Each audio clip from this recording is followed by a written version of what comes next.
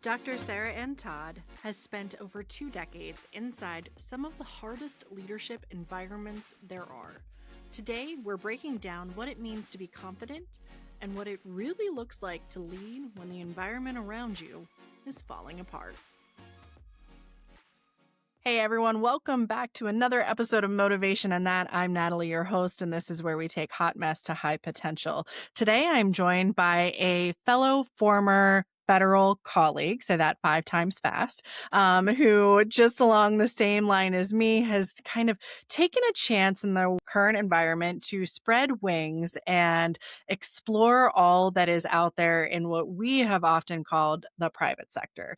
And that means engaging with individuals that could really benefit from our sense of experience and knowledge. And if there's one thing the Fed government did really well, it was help us build skills in different areas. And Dr. Sara Ann Todd has built some amazing skills in the area of coaching and all of these components of what makes you a better leader. And there's no better topic right now than this because let me tell you, we are in a world of leadership whiplash, right? Where it's like, is my leader really stand behind what they're saying, or can they be motivated by other things? Or what if I want to be a leader, but I don't like the culture or what's happening around me? How do I find the right fit?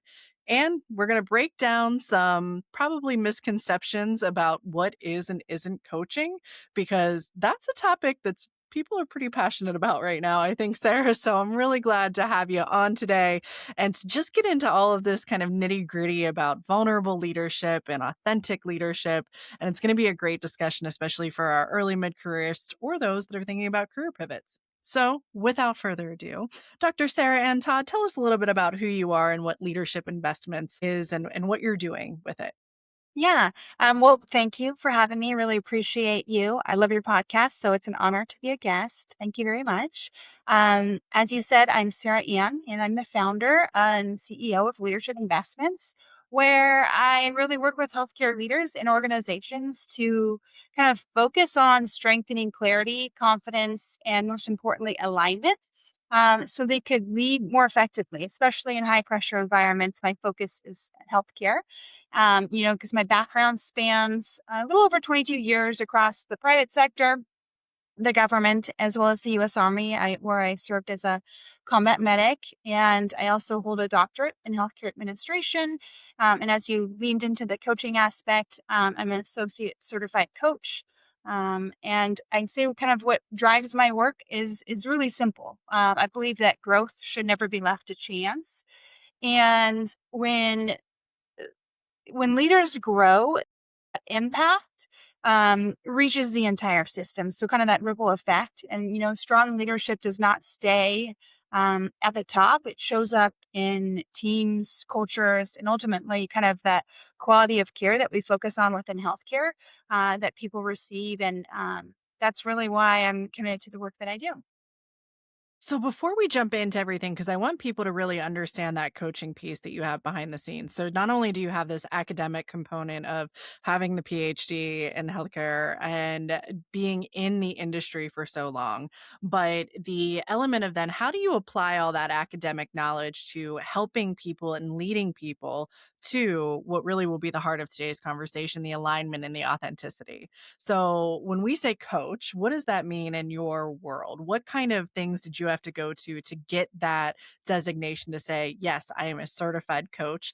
Because I think it gives a lot more respect for it than we might think kind of off the bat in a world of influencer culture where there's a lot of people that put that tag on themselves, but may not have been through the training you have. Absolutely. And I appreciate that question very much, because you're right. And a lot of people, to that same note, I think confuse coaching also with mentorship at times. And so I think to answer your question, what is coaching? Um, Many people could answer that very differently. But as being a ICF, kind of certified coach, the National Coaching Federation, there are certain, kind of ethics that we have to follow. In order to get the certification, you have to do a certain number of hours of education as well as coaching. And then you have to, prove yourself, through kind of either a shadowed recorded session or an observed session, as well as then take that exam. And it's just a way to not only, I think, prove yourself. I think kind of you mentioned a little bit about that, but to challenge yourself, because of the perceptions that we have of kind of what we think something is and what it isn't. To be honest with you, and I feel like I'm going to be long-winded here, so I'm sorry. When I first started to become a certified coach, I had some personal conflicts with that, of what kind of coaching was and coaching isn't, because I had been in that mentor lane, that kind of like fixer lane for so long. Being in that coach seat is completely different. It's really working on helping that individual develop that self awareness, and they're more in the driver's seat, which can be very difficult for um, a task-oriented person to pause and to be there. But coaching to me is really allowing the space for not only someone to show up as their authentic self, but at times to discover their authentic self. And it really takes a certain amount of, I think, um, experience and finesse to be good at that. I don't know if I answered that right. No, I think you did, and it's very much a standpoint of there's other people that are involved in giving you or anointing that certification in regards to verifying that you do know what you're doing, you put it in practice. And I love the component of it's not mentorship, coaching being different. And it always makes me think when I was in sports, right, the coach was not your best friend in those times. It was up to you to take to do something with it, but it wasn't they were instructing you on new information or new techniques or new skills versus the back and forth component of that mentor kind of think softer relationship often that we have. So you got to be ready for a coach if you're going to get in to that world, I think, to take it back, to have it be valuable. Yeah. To be able to sit with those things too. A lot of people, they just want it fixed very quickly. And it's no, it's a process. Um, and so yeah, I love that. Great at. Yeah, building those skills. So you mentioned authenticity, and I know this is going to be kind of the thread under our discussion today. And it's interesting because I think, wait, I'm 41 and I'm just now, I think, starting to feel what that authentic leader looks like in me or that authentic person. But it's also created this new moment of, okay, am I being confident in who that person is, or am I coming across cocky to other people? So it's like the more aware you become of this is who I am, this is how I lead, these are my skills and style. I think for those that are really kind of seeing themselves from the outside, that question of how do I appear cocky versus how do I appear confident? And how do I not be dismissive, especially when I know I walked into that room and I was empowered to be the leader. I'm trying to be that leader. And, others there may not be picking up on some of the expectations or where we need to get with. So, talk a little bit about that balance because it's a tricky one. And I think sometimes we struggle to see it in other people and we struggle to really know how to navigate it ourselves. Yes. And I think you mentioned kind of a whiplash earlier. And I think, where we're seeing a lot of kind of external noise and that internal conflict that I think you're kind of mentioning is that leaders feel that tension. And the issue there, I think, is not necessarily the lack of the, leadership capability. It's the lack of that internal clarity. And when leaders know who they are, so like you said, coming into that room, they kind of default to reacting, instead of leading with intention. And that's at times, I think, where the inconsistency shows up because of the tension within the different rooms that we, are in. And teams in the organization often feel that immediately. And so I think kind of that balance that you're mentioning.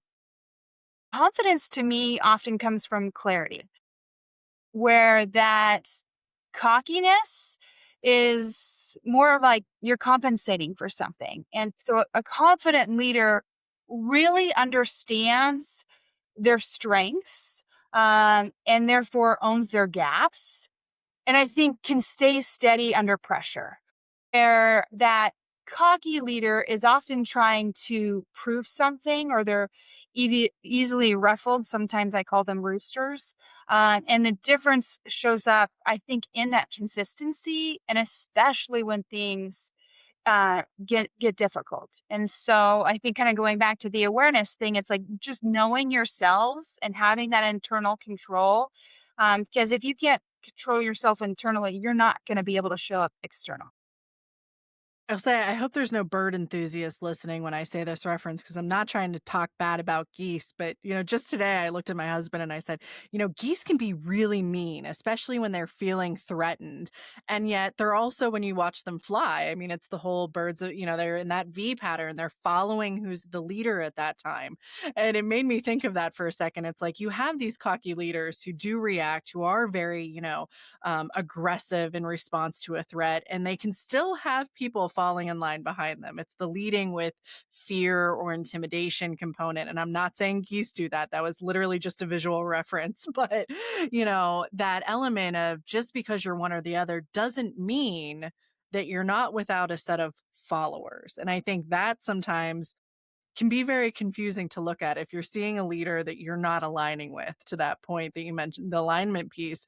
And you're like, but how do you have so many people like on board with this and doing this? Like, can't they see what I'm seeing or what I'm sensing?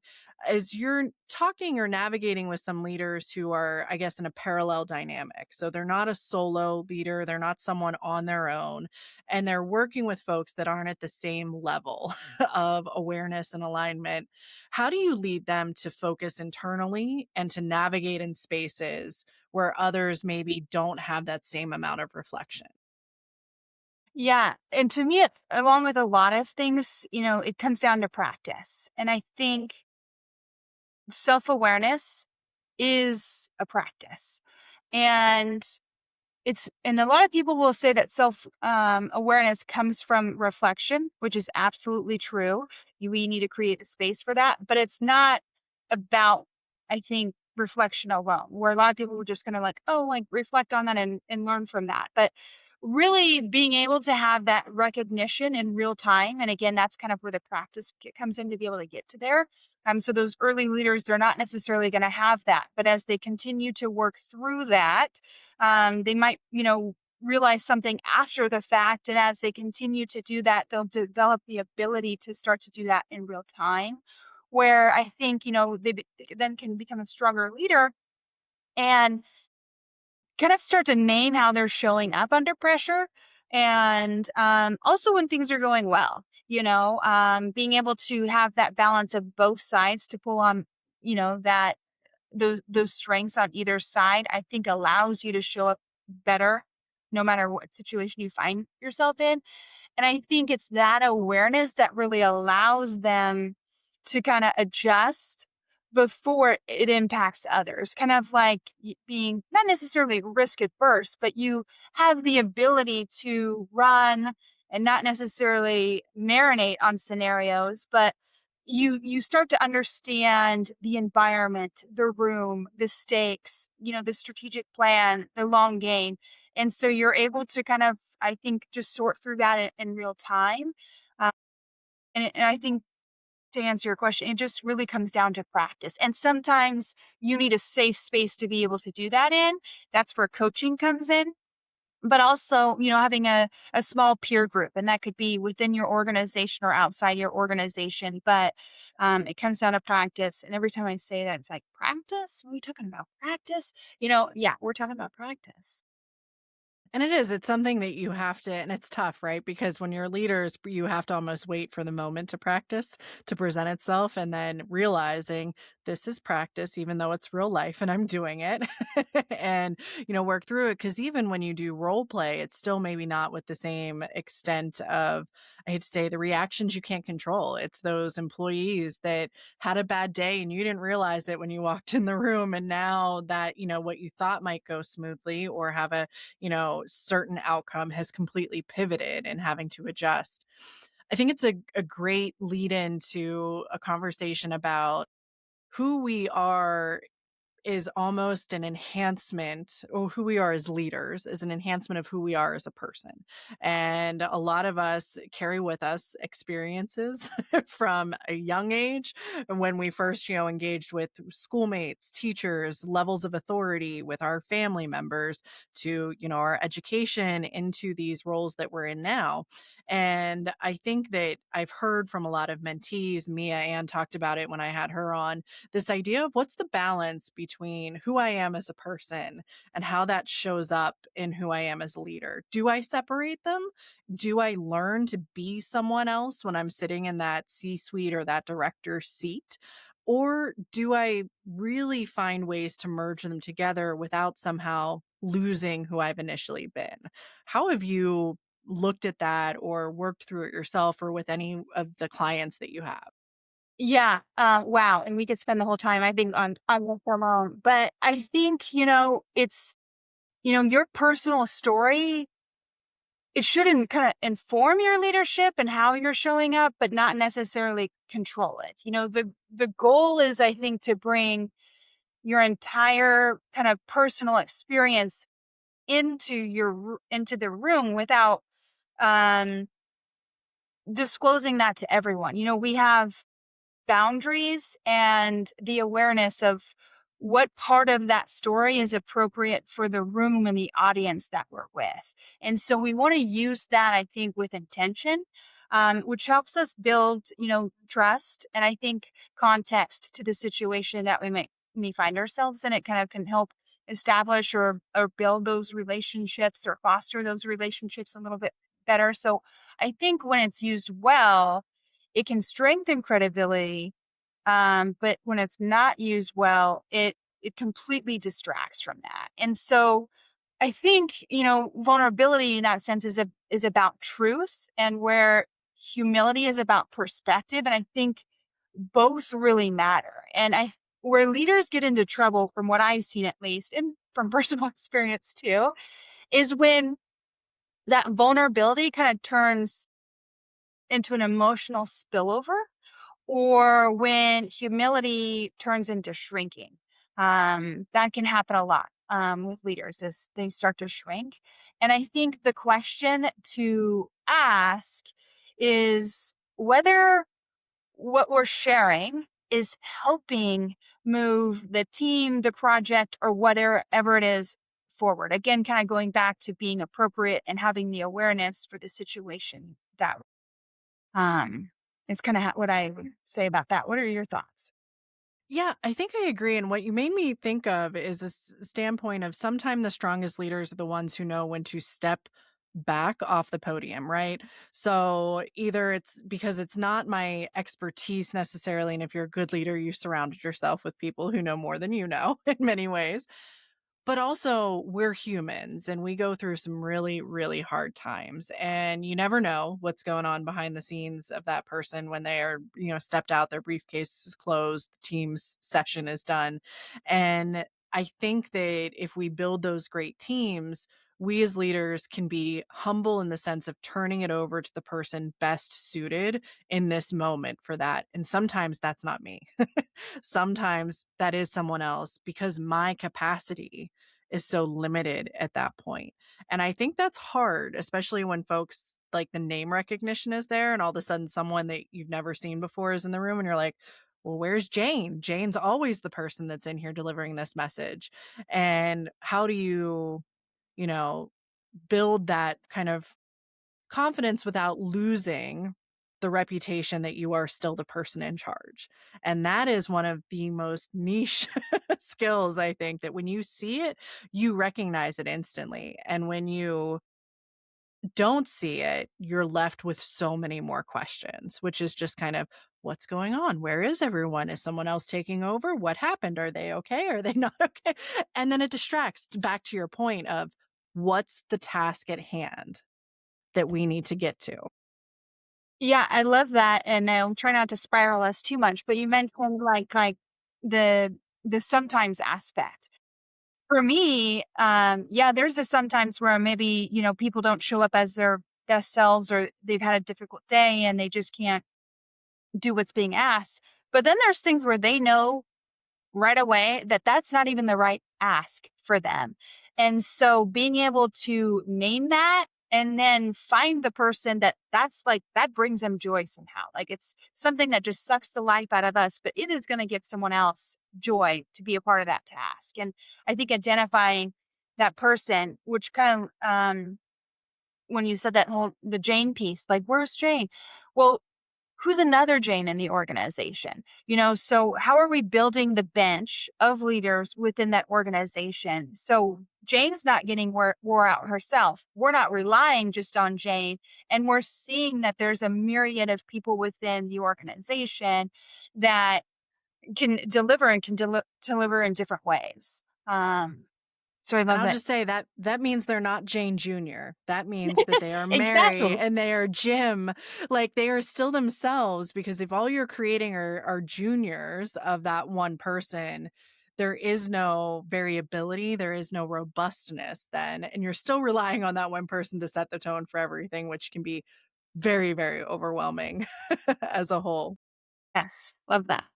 So you mentioned vulnerability, and this is something back, oh gosh, like episode 10 or something. Julius Boatwright, one of my friends, and I feel like I reflect on that episode all the time in new ones. But he brought up strategic vulnerability, and it goes back to that, where do you kind of be a person, where do you not? But it also, and I wanna because you mentioned it with humility. And what does humility actually look like in leadership? And what does vulnerability actually look like in leadership? Because for a long time, I think they were seen as weaknesses. They don't have to be, but they still can be. I can imagine, you don't want to walk into a room and someone ends up with the woe is me party of like, oh, well, I'm not able to do this and there's no one that can step in and I don't know. And where do we go? Or I'm so always giving credit to other people, which can actually be detrimental over time, where now there doesn't ever look like there's a leader because I'm humble and giving everything to everyone else. And we hear it all the time in interviews, like, don't say we, say I, say my team, take that credit piece.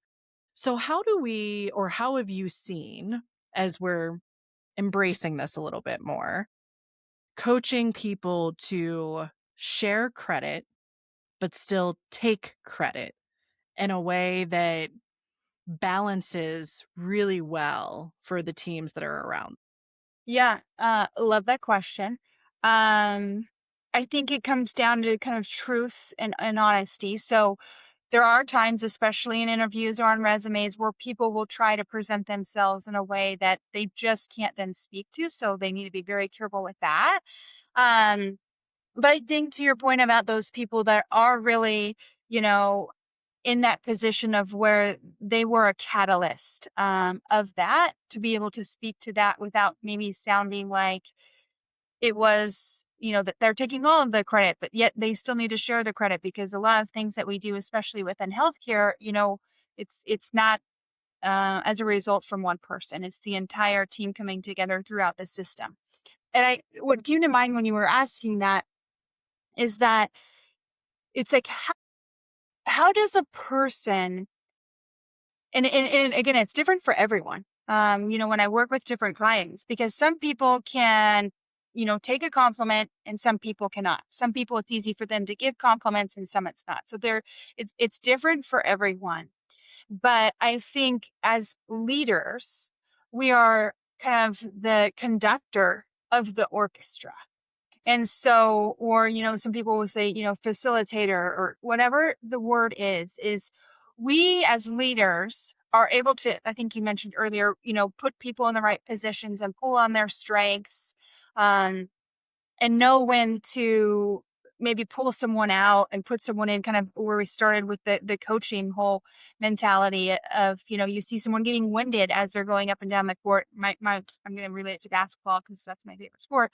But, you have that awareness of what is going on. You kind of see that big picture. And so you speak in that way that what you were able, I think, to draw from others. Because again, when it comes back to leadership, that's what it's all about. It's literally growing and developing other people. And so you're not necessarily, in my point of view, taking credit for that end result because it's that person that drove that forward. but you created the environment, the space, you provided the resources and the ability for that team to make that happen. And I think that's the difference for me. It's being able to say that not necessarily that you did it, but you orchestrated it, and you were there from the beginning to the end. And sometimes, yeah, you step back and it's an easy day for you. And there's other times where you absolutely had to be in the weeds of it. But you were able as a leader to orchestrate that, to facilitate that, to what it was. And I think that kind of highlights an even more important point, that that's a very difficult thing to do, especially when you have multiple personalities involved, when if the project or whatever it is, stretches across the healthcare system, you have competing priorities. And so I think that actually can elevate a leader in a way. I don't know if that makes sense. What do you think? No, it does. And as we're kind of talking about these leadership components, I think it's really important to acknowledge that leaders, even though I'm saying C suite, director, I'm putting a title on them. Often, some of your strongest leaders are sitting in the chairs right next to the people doing the same job they're doing.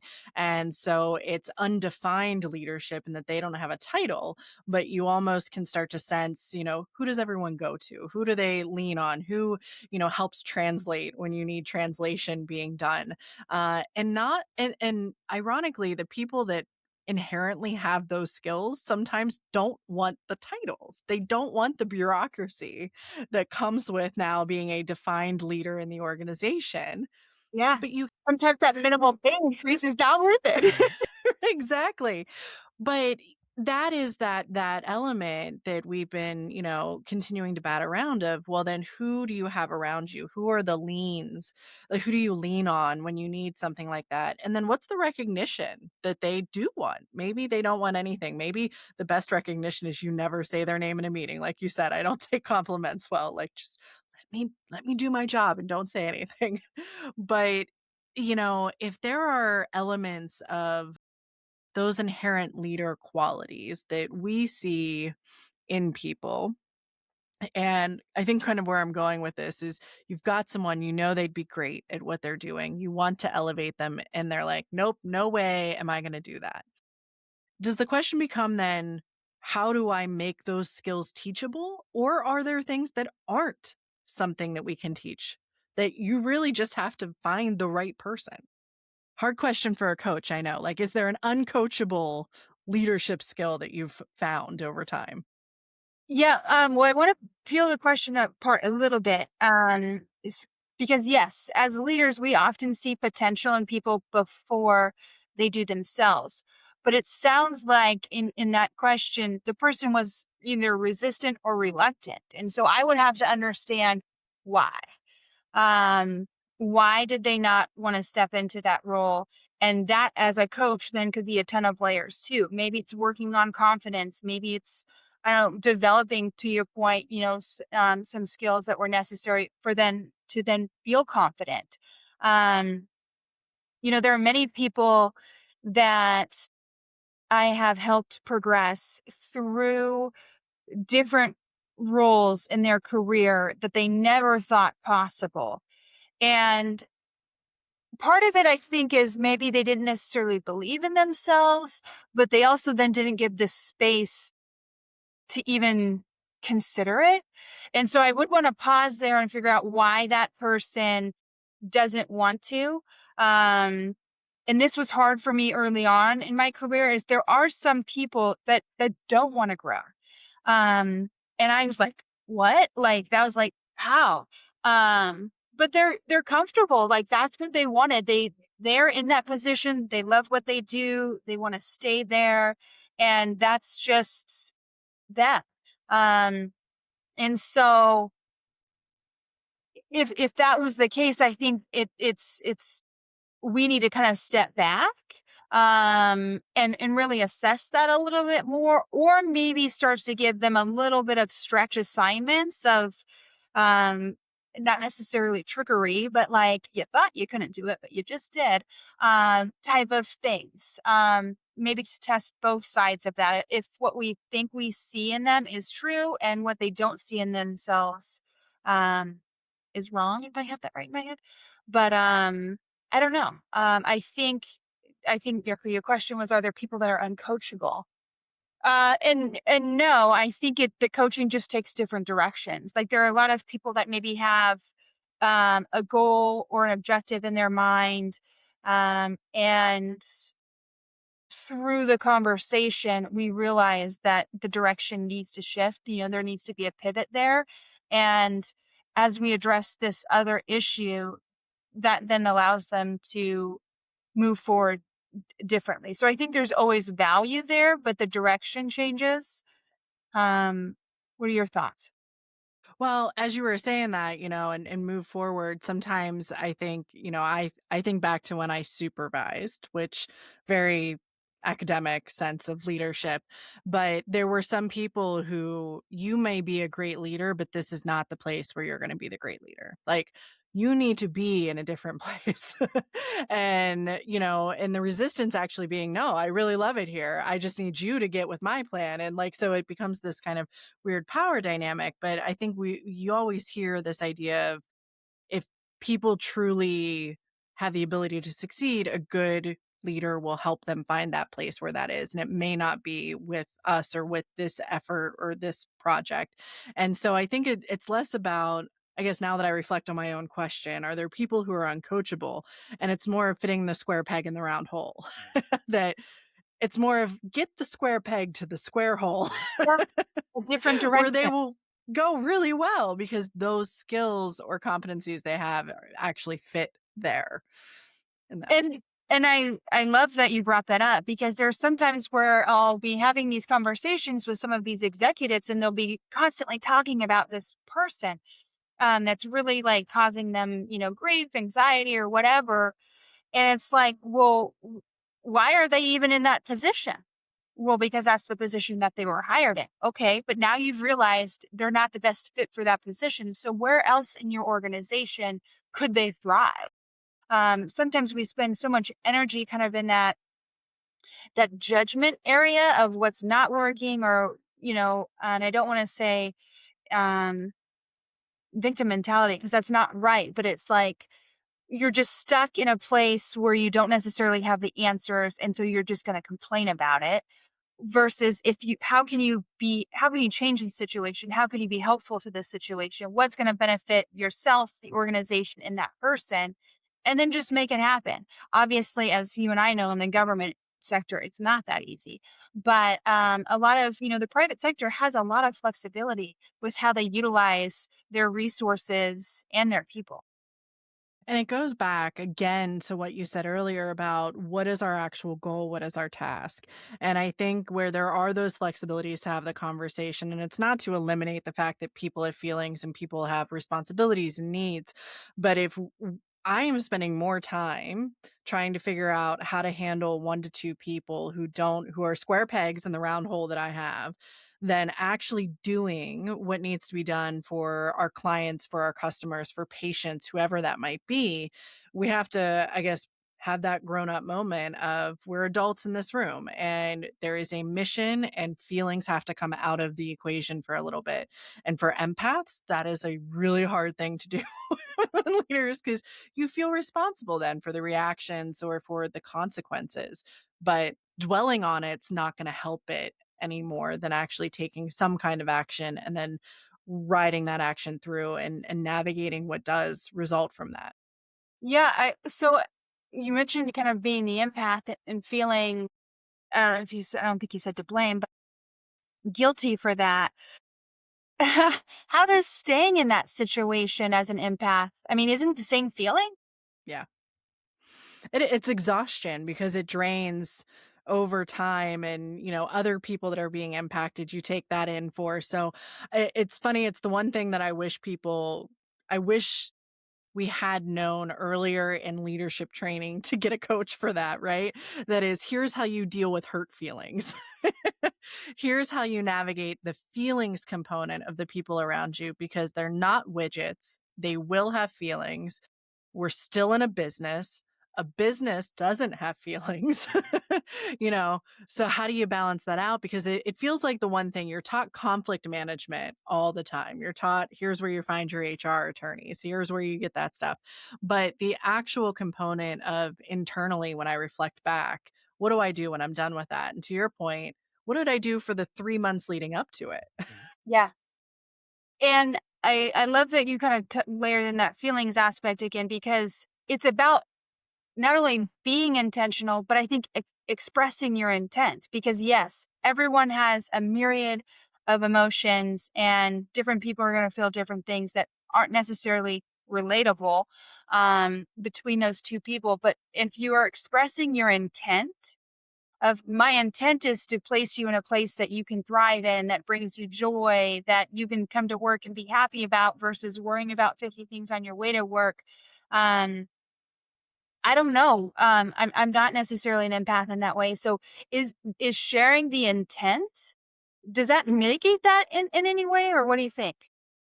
I think can in some instances. I think in others it comes across as that's an excuse to get me out of, because I'm your problem child or whatever that might be.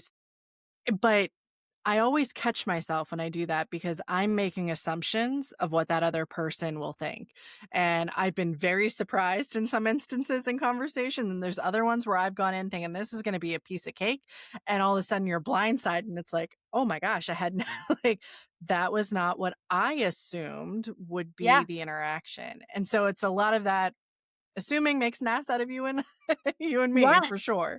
Which takes us back to the relationship component that is so critical for being a leader. When you have a true relationship with the people that you're leading, you kind of have that sense of awareness on both sides, as well as, well, there's that trust level too, but to where you could have, you have conversations. And so instead of like dictating, you're like, hey, it seems that, this is not your, um, desirable role. Like, you're showing up to work, like this is not maybe where you want to be 2 years from now. Where would that place be? And I think having those conversations, kind of leading with curiosity in a way to see what that other person might want to do, kind of back, I guess, to the coaching thing, but would then allow a person not to necessarily have to assume.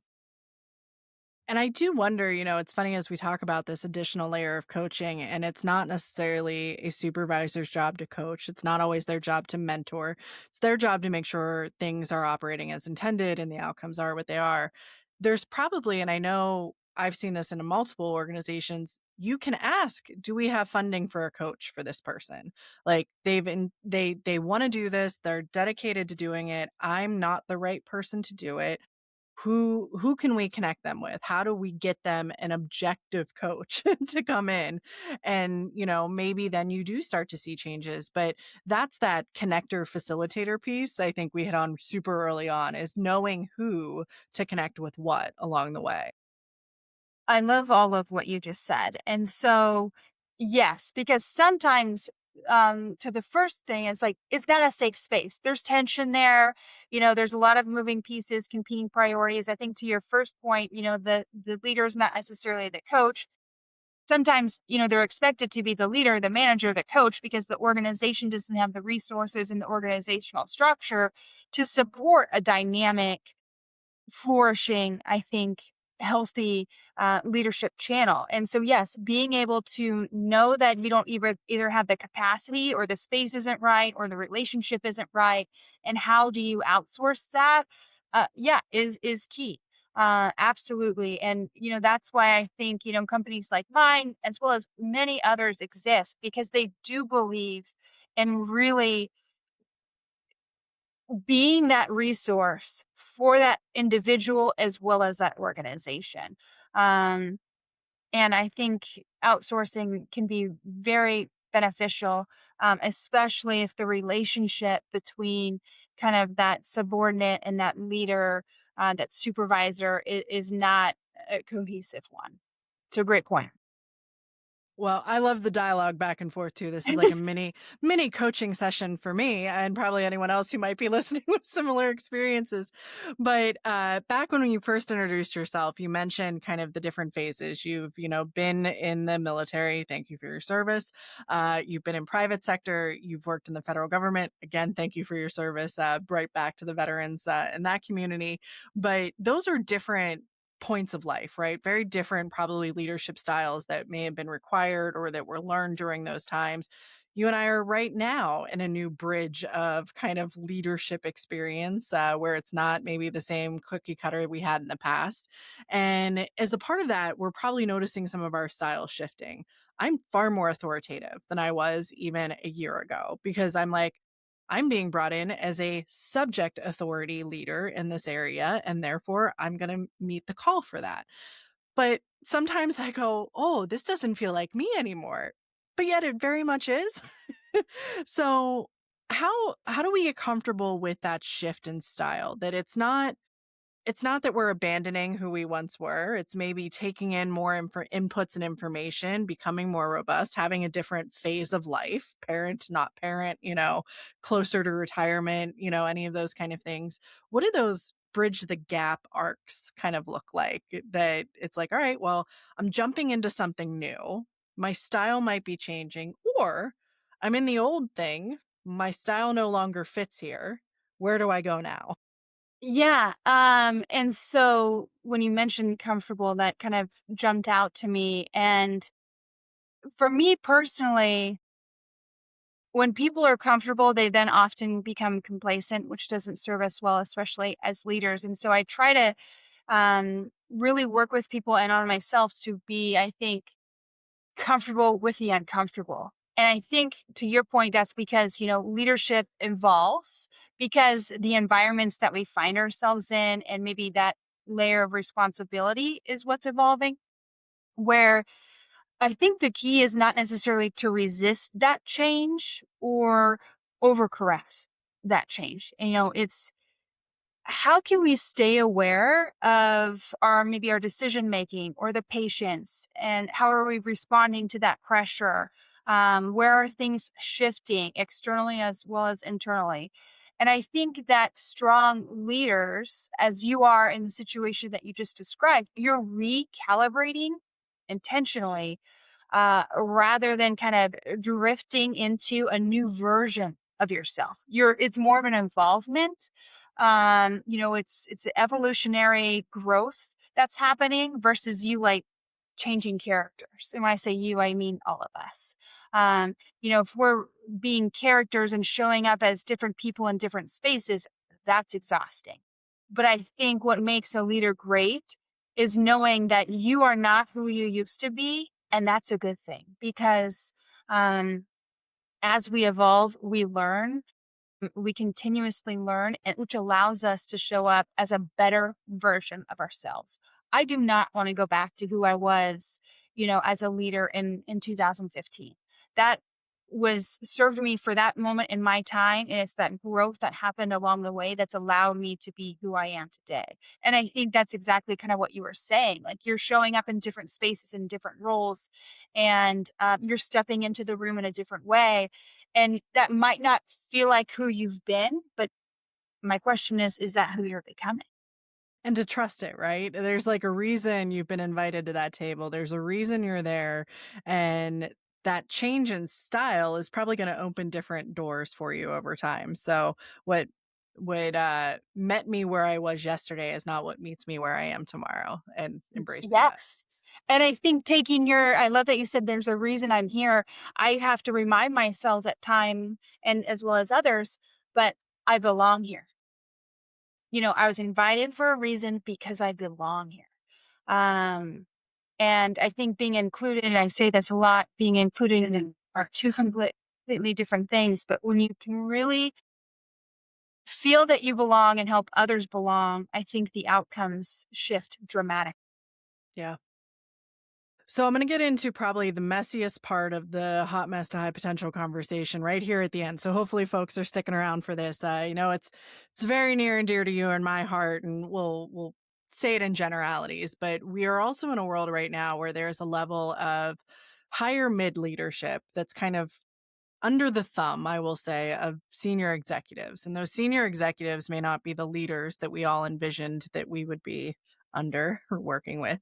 And we've watched them in many cases, and they've been well televised, private and public, that they're not taking accountability for things like their words, their statements, things that have been written that have been deemed fully inaccurate and harmful. And it's something that I know alignment wise, I was glad that I was no longer aligned with those leaders from an organizational standpoint when those things happened. But I want to just touch on why it's so important that when a leader makes a mistake, whether or not they fully believed in what they were doing at the time, but it's very clear at this point a mistake has been made, how to handle that in a way that isn't I resign, I'm gone. It isn't, but I said something wrong. I admit that I said something wrong. Do you leave it there? Do you say more? Do you have to have an apology? Do you say it'll never happen again, knowing darn well it might? Like, how do we handle that in those instances? Because we all at some point will probably come on a situation like that we're faced with. Yeah, gosh, there's so many layers there. One I would say too, there are things where certain people say things and do things that they think is right, and maybe that's how their mind works, and that's truth to them somehow. However, having the awareness and I think the empathy of how others are seeing that, feeling that, kind of the impact of that are two completely different things. And so there are some people that um, are very special in not being able to understand the impact, the true impact of their words and their decisions. And so I think it's difficult to have a sense of accountability when others are kind of avoiding it. Accountability is really owning, I think, your impact. And it's not necessarily proving that you're right. And when people avoid kind of that accountability, it creates instability and it erodes trust quickly. And I think many people have probably experienced that within certain organizations. And in high stakes environments, and I don't want to relate everything to healthcare, but we have a background in healthcare and really any organization, but that creates real consequences. And so staying accountable, even when others are not, is what maintains, I think, integrity in your leadership. We can't force accountability, but we can create an environment where it's expected and reinforced. And I think to your point is, you mentioned having to maybe not step away, but there is going to come a time in every leader's career where they are possibly confronted with something that conflicts with their morals and values. And to continue to show up as, again, your authentic self, you have to make a decision of, I think, what environment you're going to continue to be a part of, because there can be conflict there. I don't know. I think I got kind of derailed that from your question. No, no, you were right on point because where I wanted to take that is I always acknowledge I had a layer of privilege when I stepped away from the VA.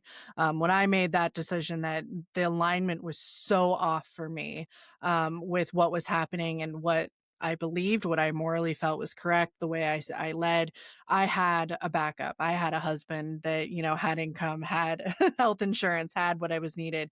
And I know that there were other people in the same position who didn't have that. And so, they're continuing to potentially work in an organization, and this is across federal, private, wherever you might be. Those major upheavals at those highest levels often come with a massive shift in cultural approach that may not align, that you don't have the chance to just walk away.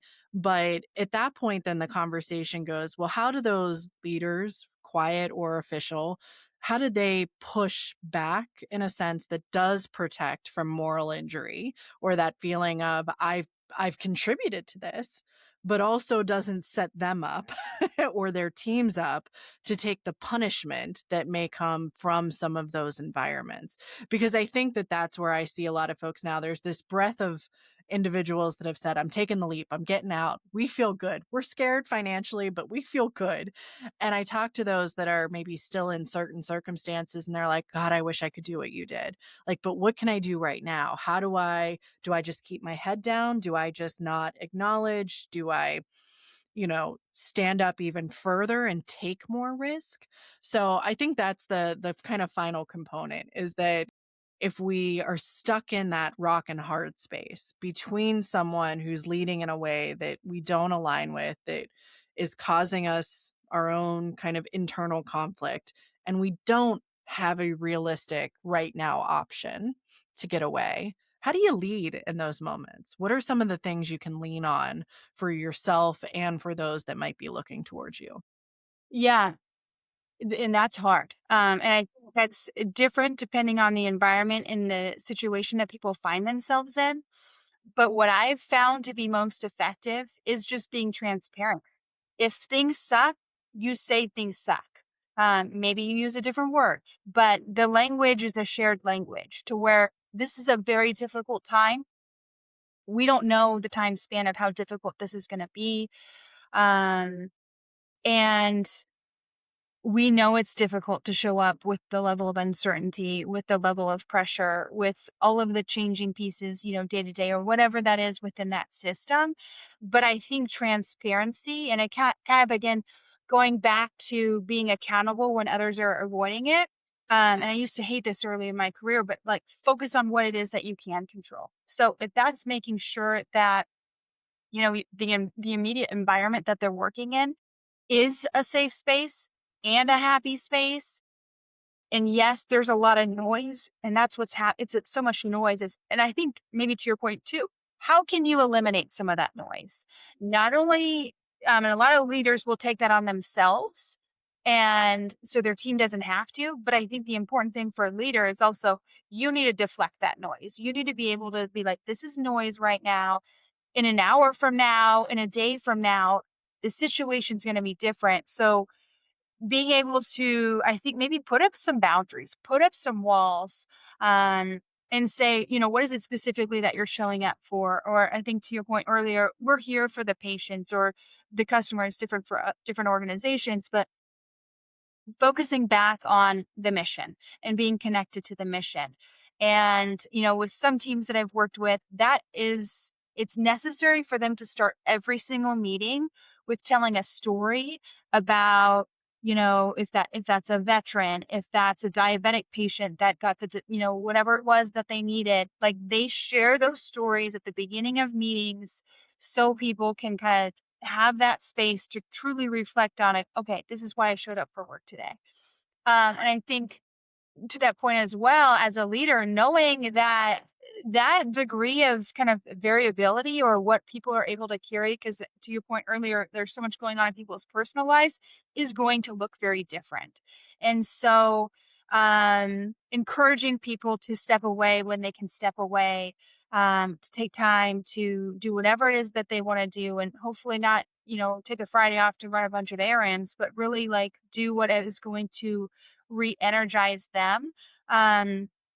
And I feel like I'm not necessarily answering the question, but it's like, just how can you be a light in the darkness? And just focus on that. Not necessarily judging the situation or going down the negativity of the situation because, yeah, again, it sucks. Okay, fact. What are we going to do about it? How can we sustain this? How can we support each other through this? And what does that support look like for each of the people?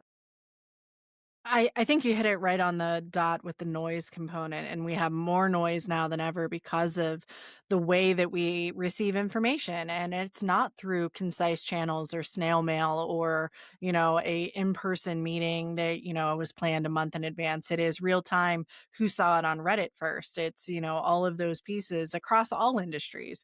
So I think when you kind of mention that, the light at the tunnel, it's also the step back to the 10,000-foot view for a second. And the wild part to me is, where we're at. It's for those of us that went through the administration change and saw everything that happened in all of the agencies. It's been over a year since that chaos, so to speak, started.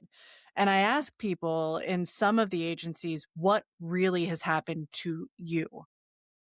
And the answer in many cases is, well, not that much. Like there are insulated parts that haven't been impacted. They're impacted because of the fear that's been built around a lot of things. So it's not to say that there aren't some that are like, yeah, my whole division was dissolved and I was, given a letter that says thanks for being here. Like that really did happen. But if, to your point, focusing on what you can control, my team, my division, my group, 10,000-foot view. Not to say it can't happen, but right now in the last 14 months, we've been more worried about what could than anything that has actually come to fruition. And that I think is one of the hardest things to reinforce when you might be feeling that anxiety around it too. And being like, well, when it does hit the fan, I'm going to be the one that has to talk about it. Yeah, and one thing that you just made me think of something that I heard recently on a podcast. I can't remember which one though. Was they talked about how leaders are, and I don't think they use managers, but leaders manage energy. And to your point of, what is it that you're being able to control and all of those things, like how can you manage the energy of not only, your team, but yourself? And I think if we were just to focus on something small, let the rest of the noise go. How can I control the energy in this moment? Um, could maybe allow people to show up differently Hmm. Yeah. or And, make it and through the we're, day. You know what I mean? Well, when we're surrounded by a big group of mirrors, I find that's what a lot of our, when you manage teams, the team mirrors back to you the energy that you put out there. So I think that's a great kind of closing reminder for folks. It's what you, and it goes back to cocky confidence, what you walk into the room with will most likely reflect back in some nature, whether you're reflecting it to the person that you've seen or they're reflecting back to you. And those are signals that we should listen to for sure. Yeah. So, Sarah, we have talked for almost an hour already. It's crazy how time flies. If folks have been listening and they're starting, maybe what I'm hoping people take out of this is more confidence that the the signs that you're receiving about who you are in your leadership, everyday life, even like leading your household, leading in friend groups, things like that, to not discount them because there's something there telling you something. And you don't have to figure it out on your own. You can invest. Your company may be willing to invest in you in something like that, or personally, if this is what you're really drawn to. So, Sarah Ann, tell us, where can we find at least more information about leadership investments, which I love. It's investing in yourself, investing in leadership, and getting in touch with you on any kind of access beat they might have to learn more about what opportunities there are for taking this a step further if they want. Yeah, appreciate that very much. The best way to contact me is either through my website or LinkedIn.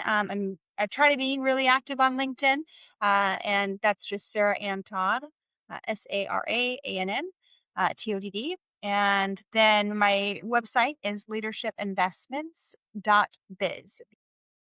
And so those are probably the best ways. But I really love kind of engaging with people, connecting with people. I mean, that's what brought us together was LinkedIn. You It know, is.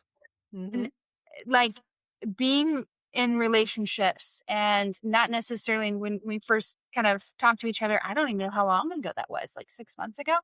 It's like, how can you really have, you know, a true relationship, kind of with someone versus a transaction through time kind of thing. I love to be connected with people on LinkedIn, truly appreciate engagement, having conversations, and then my website. Awesome. Well, hopefully, if this has resonated with folks, you will get some reach out or inquiries, things like that. But again, really just hoping we want to be a part of the new leadership shift, I think, that's going to be coming in these next years because we're in a very, I think, instructive time on what will what will last and what will see us through some very difficult changes that I'm sure we'll all experience. And especially if you are a veteran who is interested in becoming a leader, working with someone like Sara Ann, who is a veteran herself, who's been in the communities. I can't also say enough for that because I think we know populations a little bit better when we've lived them and been a part of them. And sometimes it can help to really kind of know that. I definitely would not be able to explain what it's been like to being in a military environment or anything along those lines. So keeping that in mind when you're picking your coach or you're working with someone, and those extra little experiences they bring to the table. So Sara Ann, thank you so much for being here today, having this really interesting conversation that I think makes us all look a little bit deeper in who we've been, who we might be, and that there's no right way necessarily to go about developing your style as long as you're working towards it in the kind of long run effort. Yes. Yes. Thank Awesome. you. I Well, appreciate being here. Thank you again for having me and for everyone for listening. you bet. Everyone else, thanks for listening, and we hope to talk to you again soon.